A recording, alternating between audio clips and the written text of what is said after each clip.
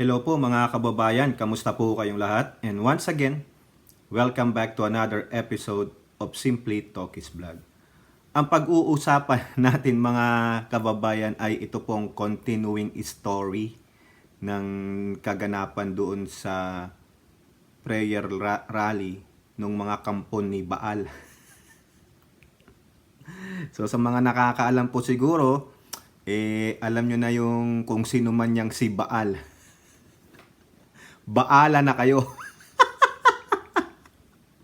Oo, no? Bago po tayong magsimula, mga kababayan at kaibigan, sa ating reaction at komento at opinion, ako po'y magpapasalamat at magbibigay pugay sa lahat ng ating channel members, sa mga followers, subscribers, mga nagla-like at nagsishare ng ating mga videos, doon po sa mga nagko-komento sa ating mga videos, no? Yung mga matatalino, mga opinionated at nagbibigay ng kanilang reaction. Maraming salamat po sa inyo. Ganyan po, matatalino po kayo, hindi tulad ng mga bashers, no? Whether anti-Marcos, Dilawan or Duterte Burak supporters, magko-komento yung tungkol sa malayo sa kanilang napanood. Ang sasabihin yung palagi na bayaran ka, no? Nagtatanong, sagutin natin ng hindi sila maniniwala kasi ipipilit nila yun. Di paniwalaan nyo na lang yung gusto nyong paniwalaan. Nakakaumay na yan, no? Better yet, mag-research kayo tapos ilabas nyo yung ebidensya na kaming mga pro-admin vloggers ay nabayaran, especially me, no? Hindi ko naman pwedeng isama yung iba, hindi ko naman alam kung anong kalakaran nila. Ako lang naman to. Wala rin po akong grupo ng mga vloggers na pro-admin na sinasalihan, no? Ang tanging grupo lang namin dito ay yung The Nomads. Yung po, halo-halo kami. May anti-Marcos, may DDS, may loyalist, may supporter ng Marcoses. Halo-halo kami pero hindi po kami nag-aaway. Politics is politics, no? Ganyan. Kung talagang gusto nyong magkasira, wag na lang kayo maggrupo. Humanap kayo ng friends nung kabilang sa inyong paniniwala. Ganun lang po yan. Pero kung you are objective and you have matalinong pag-iisip, then you can agree to disagree. Meron din po nagsasabi kanina, basa kong comment na wag daw akong sobrang tawan-tawa, be serious. Ay nako naman, Nining at Dudong, sinabi ko yan, no? Sa simula ng ating video, ngiti-ngiti muna tayo, ganyan. Tawa-tawa, awit-awit. Pero in the middle and to the latter part, ayun na, sabog na sabog ang bulkan. Ganun po yun, no? Hindi kinakailangan all the way seryoso tayo. Masakit po yun, masakit sa ulo. No? Kailangan, magkaroon kayo ng another outlet. Kumbaga, smorgasbord. Parang buffet. Meron ditong dessert, merong appetizer, may menu, meron pa ulit dessert. Ganun po yan. So, ang pag-uusapan natin, mga kababayan, yung aftermath nung sinabi ni yung Prime Minister ni Baal. Ito po yung totoong bangag during that time. Kasi hindi niya alam yung pinagsasabi niya, no? Kasi nabulungan yan. May bumulong diyan, no? At inamin niya rin, gumagamit siya ng yung penta para sa kanyang shoulder, no? Ang depensa naman ng mga tauhan niya, no, itong si Prime Minister ni Baal, para sa kanyang shoulder, na disgrasya nga naman siya, given yan. Kasi yung penta is one of the most powerful opioid. No? Yung pain reliever, painkiller yan. It is approved. No? Dito approved po yan ng FDA, yung Food and Drug, tama ba? Food and Drug, no? FDA. So, pero yan by prescription. Hindi ka makakuha yan without the prescription of the doctor, your doctor. Saka may mga, yung dosage. Pero sa kanya sabi lang daw nung doktor, 1/4 ang ginawa niya, tinapal niya lahat O yung feeling niya pa nga daw, para siyang nasa La La Land Kumakanta siya ng Dancing Queen. Dancing King, King of Bangag. 'Di ba? So, sabi naman nung isa pa, yung si Attorney Talakitok, nabasa ko lang kanina na fentanyl is legal. Yung daw shabu is not. Oo, hindi nga legal lang shabu. Pero, alam nyo ba, mababasa ko dito, nalalaman ko, that most of the young kids, o yung mga gumagamit ng penta, yung opioid na yan, na OOD. Di po ba? Kasi legal eh. Ngayon, buti nga si Duterte hindi na OOD. Di ba? Dahil nasosobrahan siya eh. Siguro sobrang sakit nun. Mas matindi pa yan sa morphine. So wag niyo isabihin na legal or illegal. The ano is you use it too much. Di ba? When you use it too much, you overdose it, meaning illegal na yun. Di ba? Kasi manghihingi ko ulit ng prescription, hindi pa naman dapat. No, yun yung sa akin. Di ba?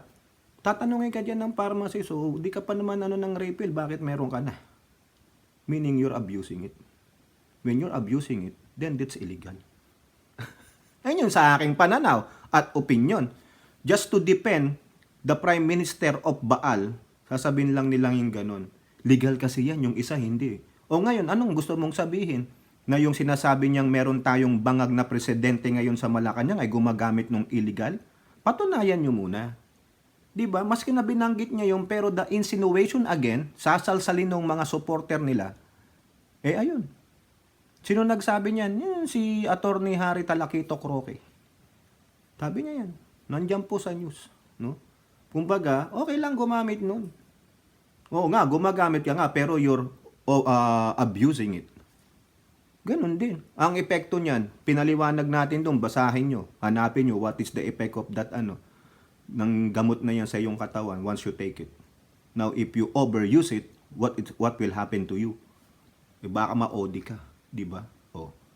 Yung OD po, overdose. Ganun. Kaya huwag kayong puro kayo depensa no? Mga depensa nyo, wala eh. Basag na basag kayo. Todo depensa kayo dito eh.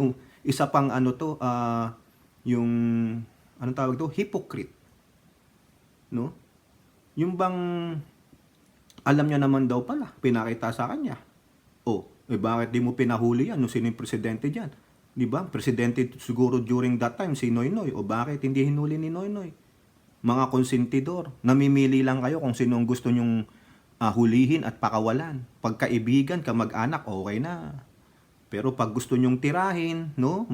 Hindi kayo napagbigyan sa gusto nyo, sige, sama nyo yan. Si Nino Barsaga, may siniwalat dyan, boss ninyo, ha? Boss na lang po, no?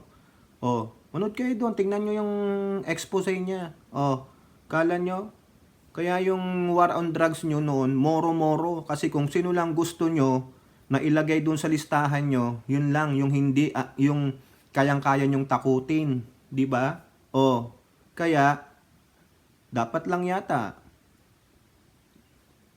kung pwede lang, sa gawa na yung ICC. Pero, si Presidente Bongbong Marcos, protektado pa rin kayo.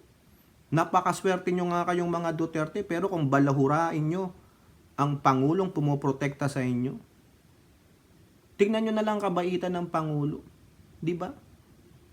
Yung gesture niya sa BP, na siyang inyong kamag-anak, after all those masasakit na salita na sinabi ninyo, doon sa prayer rally ninyo, sa asawa niya, tinira nyo. Paano kung yung asawa mo o yung anak mong bunso ang tirahin? Pag ng masasakit na salita, tiyak babalik at babalik kayo.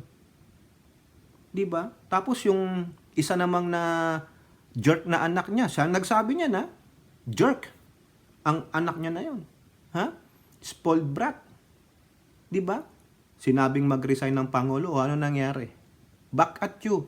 Ito, itong interview na ito sa GMA News Online, no? Pero bago natin ito panoorin, meron pong pinorward sa akin dito yung kaibigan nating isang vlogger din po, no?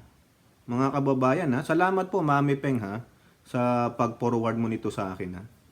Ito po yung video na after nung rally ng mga kampo ni Baal, tinanong po itong si Senatora Tambalina, no? Amy Marcos. Oh, hindi na po siya Marcos, Amy Duterte na po siya.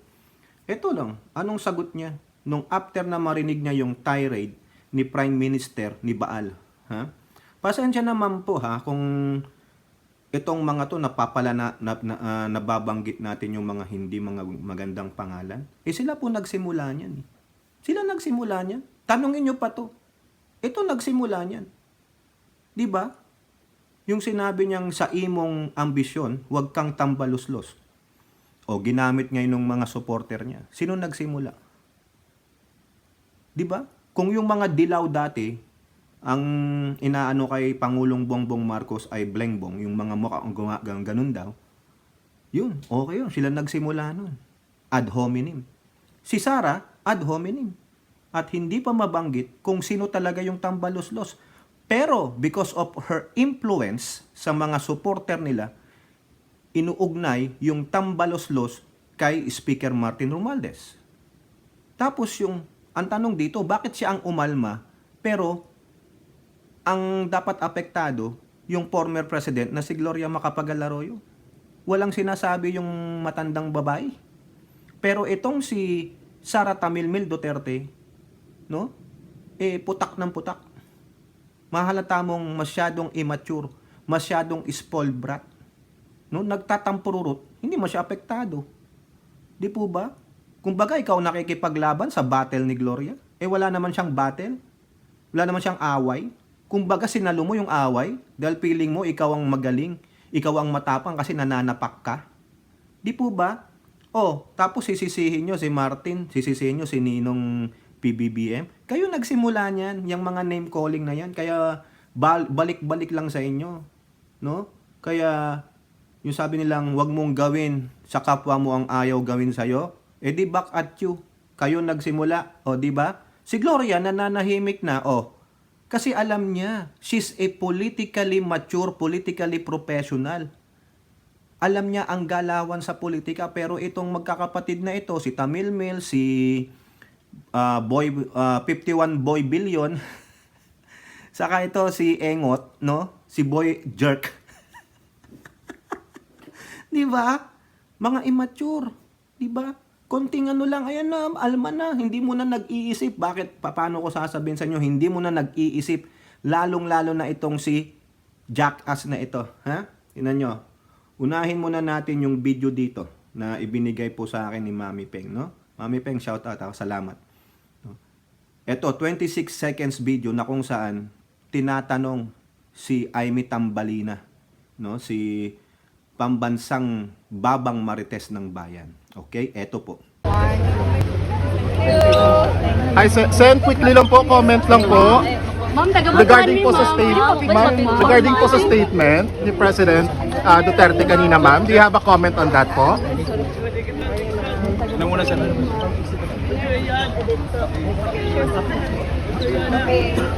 Senator, pwede ko picture po? Alina kayo. Nakita nyo? Wala. Di ba? Wala siyang sagot. Kapatid niya na yon. Pero ito, mga kababayan, ito naman kasi yung sa akin lang, itong ginawa nitong si Senator Tambalina, classic Marcos move yan, na kung mapapanood nyo, no, yung mga videos dyan na yung bang tinatanong sila, komento about this issue, yung sa mga graft and corruption, pagnanakaw, wala silang sinasagot. Classic yan. Normal po yan sa kanila na hindi sasagot. Pero sa totoo lang, masakit loob niyan. Tinitiis niya lang. Pinaninindigan niya lang yung sinabi niya, I will stand with the Dutertes. No? Kumbaga, ito, I'm not depending here. Since wala siyang statement dito. Kasi tayo, tinatanong din natin, pati ako nagagalit eh. Pag ako kapatid ko yan, maski na tinitindigan kita, I'm gonna walk away. Hindi ko natatapusin. Unang salbo pa lang na narinig ko ang mura na yon, yung PI, gago ka. Hindi kapatid ko ang minumura mo. Nanay ko. The word yung mura natin di ba? Yung PUTA. Oh, ano ibig sabihin nun? Nakita niya ba nagputa ang nanay mo? Bakit niya sasabihin yan sa'yo? Di ba? Short term yun eh. P-U-T-A-A-N-G-N-I-A. Pinaikli lang natin. Tinanggal lang natin yung isa pang A. Kumbaga naging silent lang. Kaya naging P-U-T-A-N-G-I-N-A. Oh, pero ang totoo niyan, P-U-T-A-A-N-G. Yun. Bakit nakita ba nilang nagputa-puta ang nanay mo? Na naging parang pokpok ang nanay mo? Masakit po yun. Para sa mga anak na madinig yun. Unless otherwise, may katotohanan yung sinasabi niya. Hindi ka masasaktan, pero masakit yun. Na hindi naman nila nakitang nagganon ang nanay mo. Saka ang nanay mo ay isang pinipitagang first lady. Revered ang nanay mo. Pero ikaw, tamilmil ka lang doon. Pero sa totoo lang, masakit yan. Mas kinasabihin yung pusong bato to. Kasi manhid na sila dyan eh. Manhid na sila eh. Pero sa loob-loob niyan, I'll take it. Kasi alam ko mga kababayan, itong si Amy, no, isa sa mga title natin sana, friendly or foe. Yun. Kaibigan or kaaway. Kumbaga, sa akin lang meron pang isang laro dito si Amy. May isang laro pa to eh. No? Siguro malalaman natin yan sa mga darating na eleksyon. Pero sa totoo lang, masakit loob niya.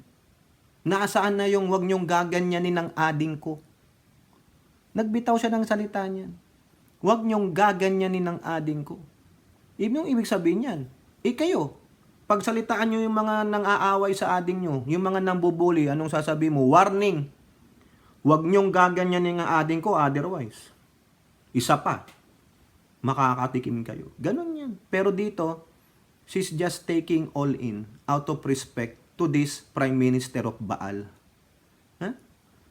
Wala eh. Ngiti lang siya. Pero sa loob-loob niya, it hurts. Ang sakit. O, di ba? O, saka nandyan yung isa, si Tamilmil, BFF niya.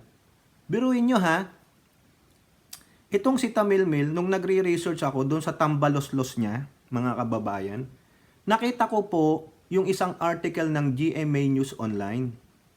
No, yung nagpunta siya ng Brunei ba yun para sa education tour niya, yung kasagsagan ng init nung sinabi niya yung tambaloslos. Hindi niya nga maipaliwanag, sabi niya no comment eh. Pero alam niyo yung sinabi niya kay PBBM sa baba nung article na yun? Ikaw ay kaibigan ko. Ikaw lang. Anong sagot ni PBBM?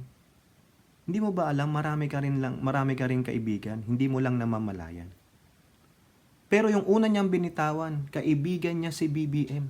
Ibig sabihin, no matter what, magkaibigan sila. No? Ikaw lang. No? Nakita ko po yun eh. Tingnan nyo, hanapin ko lang yung exact word ha. Para, ito. Para hindi, sabi nyo hindi ako nagpi-fake news. Ito po yun no. GMA News Online article, Sara Duterte explains tambaloslos remarks, June 12, 2023. Binabasa ko po to. Ito po, sabi dito, you have many friends. Oh. Sabi ni Sara, sinabi ko sa kanya na, you will always be my friend. Ibig sabihin niya, no matter what, whether thick or thin, kaibigan kita.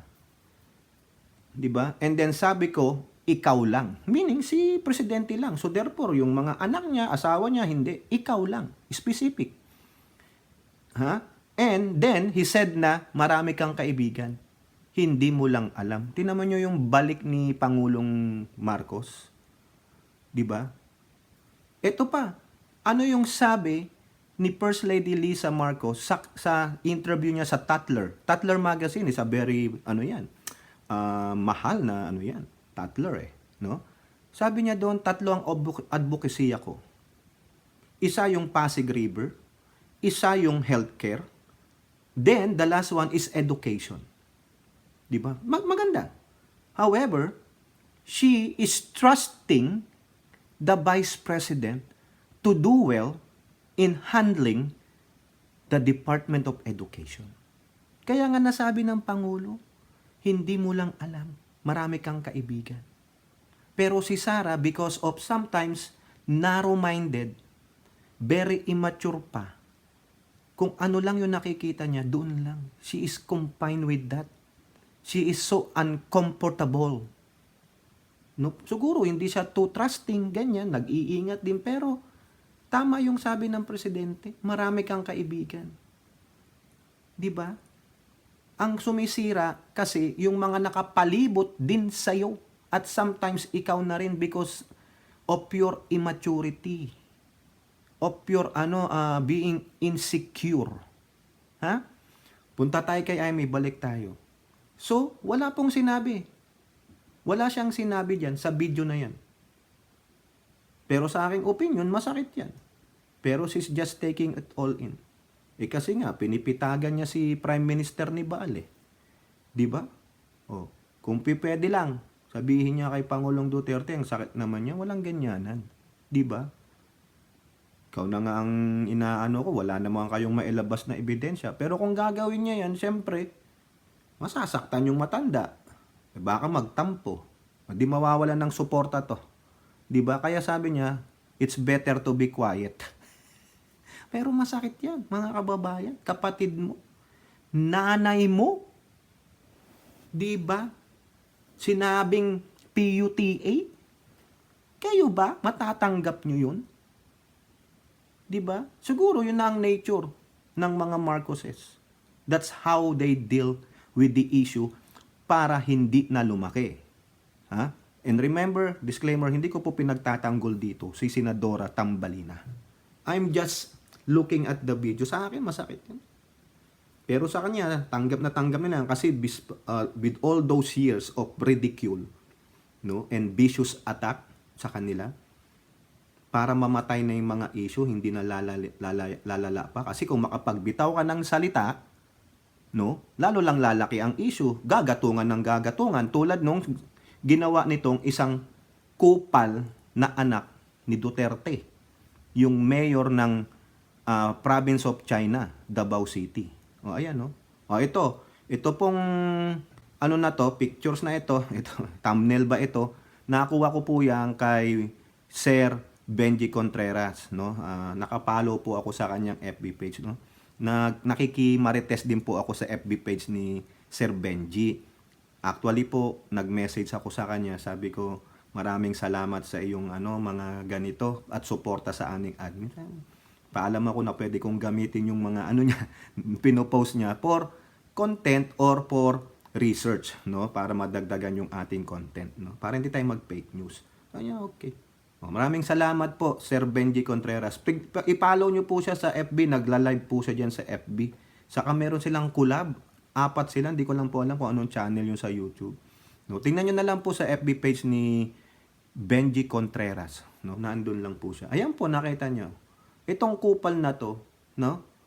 Nagsalita. Na-vlog natin yan. Salamat nga po sa mga nanood, Pinagre-resign si BBM without proper evidence. Walang basihan ang kanyang mga pinagsasabi. Dinibank natin siya doon sa 5 na sinabi niya. Ulitin lang natin. Kung wala kang love and aspiration to our country, resign. Tamad, wala kang compassion, resign. And also, you are using the People's Initiative for your political gain. Resign. Dinibang po natin dyan siya sa 5 bagay na yan.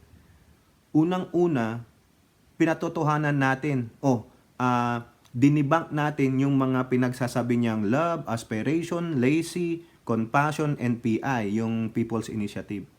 Also, binigyan natin siya ng ebidensya about these insurgents. Siya, anong maipapakita niya? Wala. Uncold. Ibig sabihin, wala kang karapatan magsalita niyan dahil wala kang ebidensya. Bakit niya nga ba naman pinagre-resign? Ayan po yung nakuha ko. Bakit? Anong dahilan? Question mark. So, ang ate mo maging presidente? So, ang kapatid mo lulusot sa 51 billion pesos na questionable? So, ang tatay mo hindi maiimbestigahan o makukulong sa ICC? Tanong po yan lahat, ha? Katanungan po yan. We're not accusing.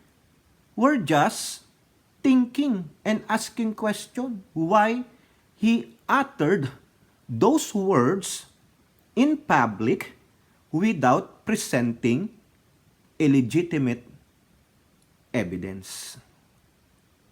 Bakit? Bakit niya po nasabi yun? Yung mga bagay na yun. Eto, ha? In his defense, because this guy is also like his sister. Immature. Impulsive. You know impulsive? Ha? You quickly react to a certain situation, like napagsabihan ka lang, nadinig mo na hindi maganda, naging ano ka na, violent ka na. Nakapag-isip ka na ng di maganda o gumawa ka ng action and then you regret it later on because of your impulsive nature. Why? Kasi hindi ka nag-isip. Hindi mo muna pinakalma yung utak mo after mo na marinig yung sinabi nung kausap mo. Hindi mo dinigest muna at hindi mo na inisip yung sasabihin mo o gagawin mo kung makakagawa ng mabuti, no? O masama, if you will be a constructive or destructive. Sometimes, yung mga ganong taong impulsive, quickly to react, ay nakakagawa ng distraction. And later on, pag napag-isip-isip nila, ay mali nga pala yung ginawa ko. Dapat hindi ako nag-react ng ganon. Naku, nagawan ko pa ng kasalanan. Kumbaga, ibig sabihin, nasa huli ang pagsisisi. Kaya nga, di ba sabi nila, sometimes you have to think it over of what you gonna do or what you gonna say 100 times. Even though it's an adage, pero tama naman po yun. Kailangan pag-isipan mo, i-digest mo maigi. Di baling mag-antay sila ng answer mo ng matagal, but you are still digesting it.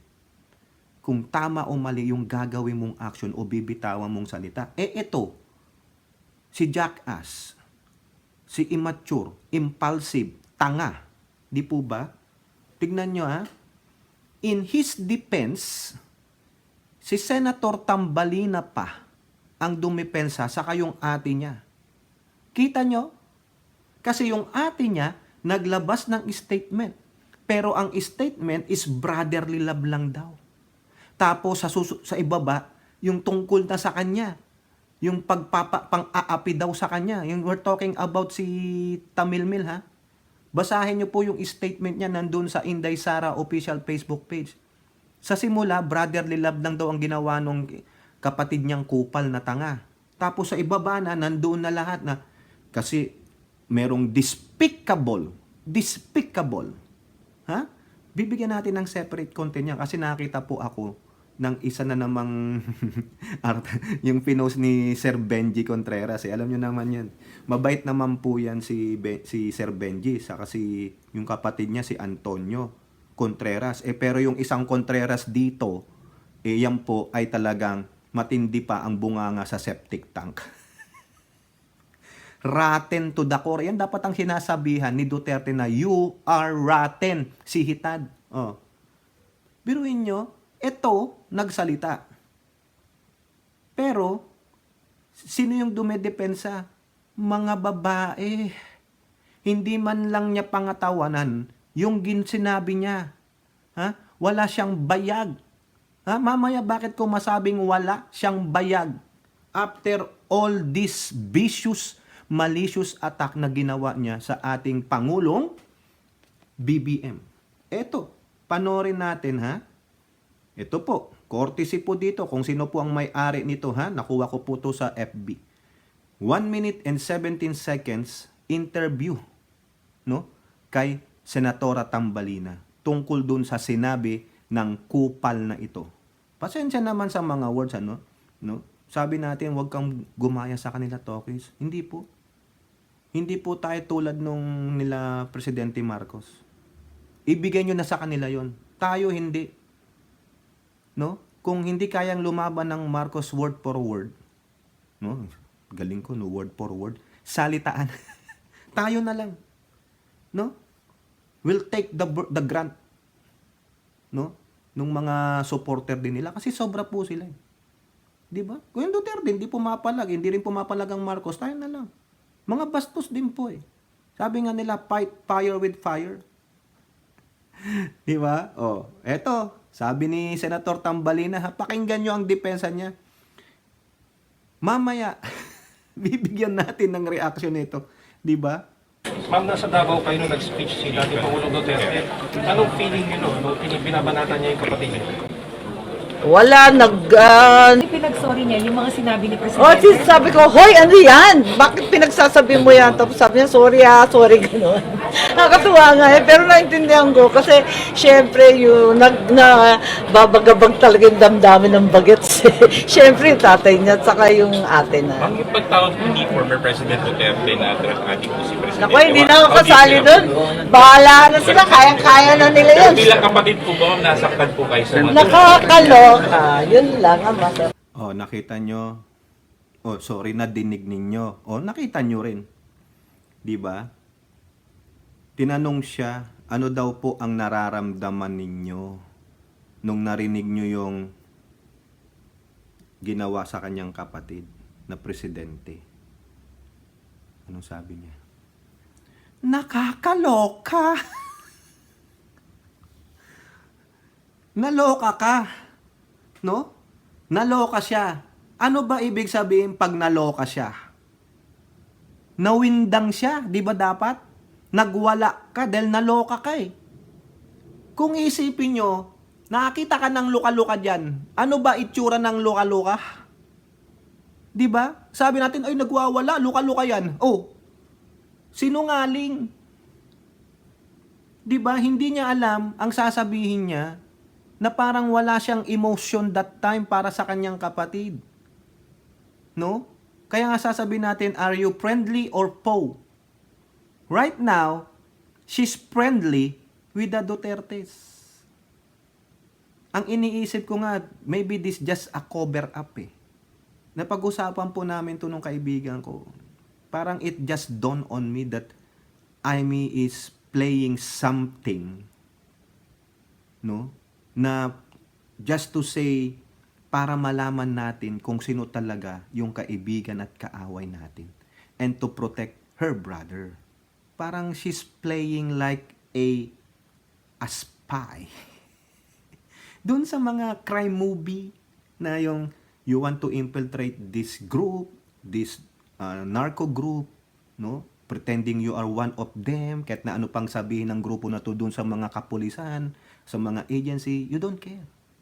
Wala kang reaction because you are playing your part. Ganun to. Sabi niya, nakakaloka. Hindi man niya lang sabihin, medyo nagalit nga ako eh. Nakaramdam ako ng galit. Kasi biruin mo, hindi lang naman kapatid ko yung minumura, pati nanay ko. Eh hindi, iba yung balik niya. Nakakaloka. Luka-luka pala siya. 'Di ba? Kung luka-luka ka, dapat nagpakaluka-luka ka doon, nagwala-wala ka doon, ganun yung luka-luka eh. Nakakaloka. Kumbaga nawindang siguro siya. Naloka ka rin lang naman, ba't hindi mo pa minura yung Prime Minister ni Baal? 'Di ba? Grabe oh. Tapos, ano ba yung sakot sa kanya? Hindi na nasinagot eh. Yung tungkol kay PBBM. Diba? Ibig sabihin, parang she is too careful on what she have to say because people's eye ay nasa kanya. No? Yung tenga at mata nung mga supporter nila Digong, nakatuon din sa kanya. Baka may apprehension na baka ito nag-i-spy lang. Gusto lang tiktikan kung ano yung bawat galaw ng Duterte. Ganun yan eh. Diba? Kaya nga sabi natin, are you a friendly or a foe? Yan. Salamat naman kay Hattori. Ngayon, punta tayo kay Basti. Itong si Kupal, no? Biruin mo, nung sinabihan ni Amy, ano ba yan? Ano mo? Nadala ng emosyon. Sabi ko na sa inyo eh. Impulsive. Litong-lito. Tanga. Bakit? Di ba yung explanation ni Army? Sabi niya, ikaw ba naman malaman mong ikukulong? The word ikukulong, future. Bakit? Meron na bang present? Naniniwala kasi kayo kay Trillanes. Naniniwala kayo kay Roque. Umiikot ang tumbong ninyo. Bakit ayaw nyong paniwalaan yung sinasabi ni Pangulong BBM sa inyo? Sabi niya nga, di ba, ulitin ko din, I will reiterate this for 100 times. They don't have any jurisdiction and the government, this government of mine, will not cooperate with any ICC investigation. O ano pa ang hindi malinaw doon sa sinabi ng Pangulo? Ha? Basti Duterte, bakit mo sasabihin yan? Kasi yun ang sabi ni Jaime. No? Nawiwindang ang damdamin mo, naloloko ka dahil ipakukulong ang tatay mo. Kung ano-ano ang pinagsasabi mo. Pati yung pagpapalibing sa tatay niya ay dapat tanawin ng utang na loob. Eh di pag yumawa ang tatay mo, yung Prime Minister ni Baal, eh di palibing din ni PBBM sa libingan ng mga bayani para patas. O di ba? Tanga-tanga ka kasi. Palibhasa, hindi ka nagbabasa ng balita. Anak naman ng siopaw. Yun lang, nawindang ka. Di ba sabi ni Jaime, ikukulong daw ang tatay niya at ang ate niya? Ano sabi ni Pangulong Bongbong Marcos? Doon pa lang, he is protecting your family. At sa palagay mo, ipakukulong yan, dadalihin yan pag binigyan ng warrant of arrest? No! Anong sabi ng Pangulo? Wala silang jurisdiction, so why do I have to cooperate with them? Maski na may warrant of arrest yan. Tanga-tanga ka kasi. Kala ko ba graduate ka ng universidad? Simpleng sinabi lang. Statement you cannot even digest? Freaking moron. Tapos ang magdepensa sa'yo, babae. Tapos mag-sorry ka doon sa ate, pero hindi ka marunong mag-sorry doon sa pinagsabihan mo. So therefore, ano ka? Wala kang balls. Baka sabihin sa'yo ni Trillanes, man enough. Nag-sorry ka doon sa ate. Eh yung ate wala ngang pakiramdam doon sa sinabi nyo. Nakakaloka lang daw. Pero yung pinagsabihan mo, hindi mo kayang lapitan at sabi, Sir, sorry po. Nadala lang ng emosyon. Wala. Ano sa palagay mo, spokesperson ni Bongbong si Jaime? Dapat nag-public apology ka. Gumawa ka ng public statement mo kasi you uttered that in public place. Tapos magsusorry ka sa ate? That is so disrespectful. Di ba? Bakit? Yung ate bang nagawan mo ng mali? Yung ate bang tinukoy mo doon? Di ba? Even though she is relative with the guy you are despising, you are attacking, mali pa rin yun. Gago ka. Hindi ka lalaki, wala kang bayag. Jerk ka nga. Hindi lang jerk, jackass ka, asshole ka. Pero mo, magsusorry ka dun sa atin, pwede ba iparating mo ito sa kapatid mo? Bakla. Putang ina. Pasensya naman, ano? Hindi ka man lang makapag-sorry. Made a statement.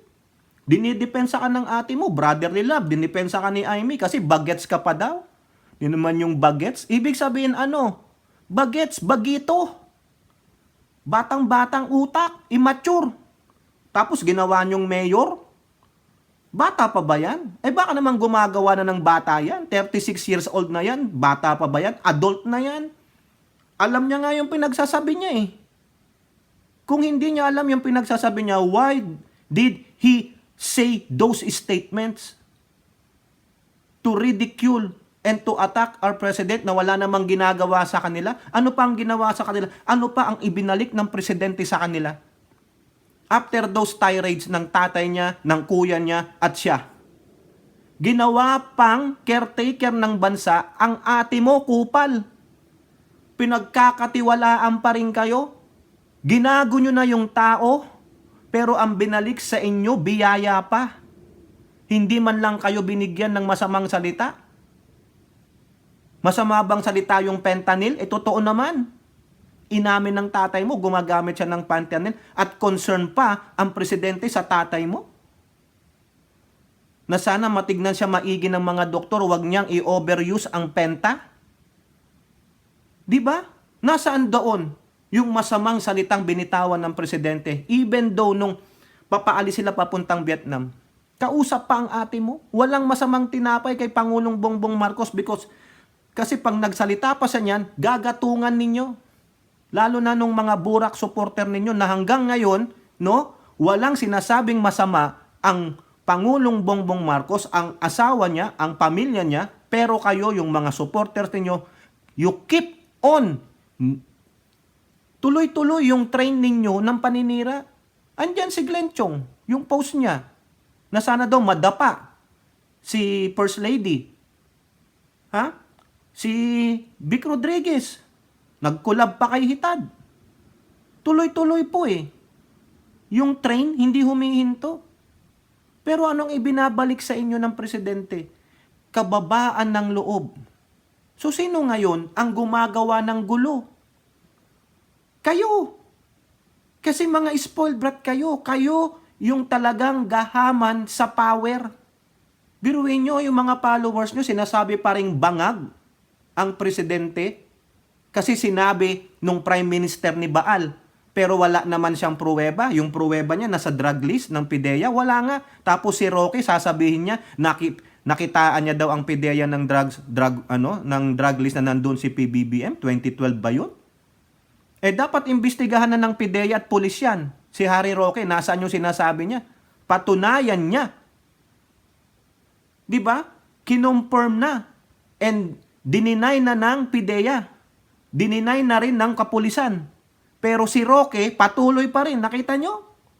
They're still defending this freaking idiot na siya ang bangag doon sa stage na yon, na nagpakalat na nga ng kasinungalingan, pero dinidepensahan pa rin yung kasinungalingan after na ang kapulisan, after na ang PIDEA ay naglabas na ng statement that there's no such thing as Ferdinand Marcos Jr. doon sa listahan nila ng drug list.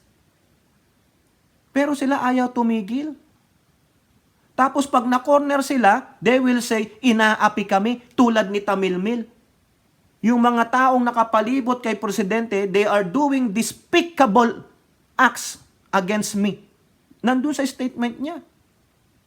Tapos itong kapatid niyang gago na kung ano-anong pinagsasabi sa Presidente, ay dinedepensahan nila. Tapos mag-sorry sa ate niya. Dahil daw yung bagets nalilito. Di ba napakinggan nyo? Yung bagets kasi. Tingin nila kay dito sa kupal na ito, bata pa. Bata pa ba yung 36 years old? Utang ina, gumagawa na ng bata yan. Pero tingin nyo, bata pa rin? Bagets? Come on. Bagets ang utak, immature, impulsive, spoiled brats. Diba? Lahat silang tatlo, spoiled brat. Hindi lang mapagbigyan, ala na, kung ano-ano ng mga words na matalinghaga ang ibabato sa'yo. Kaya pa bang sabihin, huwag nyo kaming kantiin, ha? Ha? Makakatikim kayo sa amin. Ano kami dito? Untouchables kami. Kaya huwag kayong ganyan. Di ba? Yung pasad ninyo na mabait-bait lang kayo, mga gago, huwag nyo kaming ululin. Kita mo, mabait ba kayo? Nagsalita kayo ng walang ebidensya? Pati tatay mo? Pinalakpakan naman kayo nung mga tauhan ni Prime Minister ni Baal? Pero walang napakitang ebidensya yan, ha? Pero pinipilit nila. Si Roque, pinipilit niya. Na may nakita daw siya. Nasaan? Pakita mo, Roque, ebidensya. Attorney ka pa man din. Dapat talaga to, patawag to ng Supreme Court eh. Paimbestigahan, bakit ka ganyan? Lawyer ka pero hindi ka naglalabas ng ebidensya? Alam na alam naman yan, the burden of proof is with the accuser. Di ba? Oh, tingnan nyo yung sinasabi kong katotohanan. Puntahan nyo lang yung Facebook page ni Sir Benji. Nandun po yan, nabasa ko po. Na itong si Gagong Roque, pinagpipilitan niya na pinangalanan daw si PBBM na gumagamit ng droga sa 2012. Di ba? Ang gano'n naman pala eh, naggumagamit ng droga, user, bakit hindi hinulo ni Noynoy? Siya na po ang presidente noon. Di ba, fierce rival yan? O sana para at least hinuli nyo, nandun na sa record, Oh, moral turpitude yan. Hindi ka na pwedeng kumandidato kasi addict ka, drug lords ka. Hindi na naging presidente si BBM. Di po ba? O kung gumagamit yan, nagpa-drug test pa twice during the campaign period. Negative. Attested by the police. Oh, tapos igigiit nyo pa rin? Igigiit nyo pa rin? Yan o. Kay Sir Benji, puntahan nyo po. Yun yung isa sa topic niya sa live niya. Ginigiit. Iginigiit. Nakakita daw si Roque ng papel mula sa PIDE na pinangalangan si PBM na gumagamit ng droga noong 2012 pa daw ang petsa. Ano yun? 2012, yung moving end of the world. Talagang dinidepensa yung kasinungalingan. Di ba? O ngayon, kung gumagamit o hindi, ano problema? That's 2012, sabi nyo. Ang usapan ngayon. Di ba? Patunayan nyo ngayon. Sabi mo, gumagamit noon, pakita nyo. O ngayon, gumagamit, pakita nyo. Eh wala kayong mailabas na ebidensya. Yung video ng pulburon hanggang ngayon, wala eh. So, ibig sabihin, nagsisinungaling lang talaga kayo. Mga sinungaling kayo, mga hinayupa kayo. O, di ba? Etong si Baste, nag-sorry sa ate. Hindi man lang makapag-sorry personally doon sa binalahura niya. O di kaya gumawa siya ng public statement. Because of my impulsive and I was my butt is rounding. O di ba yung puwet ko umiikot kasi nangangamba ako, ang tatay ko ikukulong, ang ate ko ikukulong. Ikukulong. Ano ba yung present o future? Wala pa naman. Saka, palagay mo ba, papayagan niya ng Pangulo? Eh yun niyang makipag-cooperate sa ICC, hindi nila ginagawa, pakukulong pa, iyahan over ang tatay ate mo? Di ba? Kasi kayo, sa tingin ninyo, kayo lang ang katiwa-tiwala. The rest wala na. Di ba? Wala kang bayag na mag-public apology man lang. Kinall out ka na nga ng mga mambabatas dahil yung ginawa mo is uncalled for. Wala kang respeto sa presidente. Kaya dapat ikaw na Baste Duterte, mayor ng Davao City, the province of China, hindi ka rin dapat irespeto dahil wala kang respetong hayop ka. Wala kang nire-respeto. Bakla ka pa yata eh. Taka na magsusori ka sa ate. Eh yung ate nga, hindi yata kausap yung kapatid. Galit sa kapatid, walang kabaka mag-anak. O di ba sabi niya, tinabla niya na kamag-anak niya tapos ikaw magsusori ka. Palagay mo ipapaabot niya yan kay Bongbong? Hindi. Tuwang-tuwa pa nga si Gaga, sabi niya nakakaloka naman. Walang emotion eh. May sakit yan si Amy. Walang empathy. Tulad ng mga Chekwa, sila walang empathy. Oh, baka hindi mo na lang aminin, sorry po kasi nakatira ako eh. Ganun po eh. Di ba? Huwag nyo nang idahilan, pinoprotektahan nyo pa, tanda-tanda na, pinoprotektahan nyo pa, putang ina. Kalalaking tao, hindi marunong mag-sorry doon sa ano. So sorry siya kasi na ano ako eh. Dapat doon ka nag-sorry direkta. Nung nagsalita ka, wala doon si Amy. Di ba? Tapos, doon ka magsusuri sa ate, gago. Kung dito yon si Santi ka na. Wala kang yagballs. Badida, pamputa. Pasensya naman po mga kababayan, no? Nakakaasar na lang palagi. Kala nila sila lang katiwa-tiwala, kala nila sila lang magaling. Eh, puro mga impulsive, mga spoiled brat, no? Mga baby. Kailangan pa silang i-baby. Bigyan nyo na nga lang ng mga tsupon yan. Putak ina ng mga yan. O, kayo po mga kababayan, ano pong inyong masasabi? Comment down below. And don't forget to like and share. Hope to see you on our next videos. Bye-bye. God bless.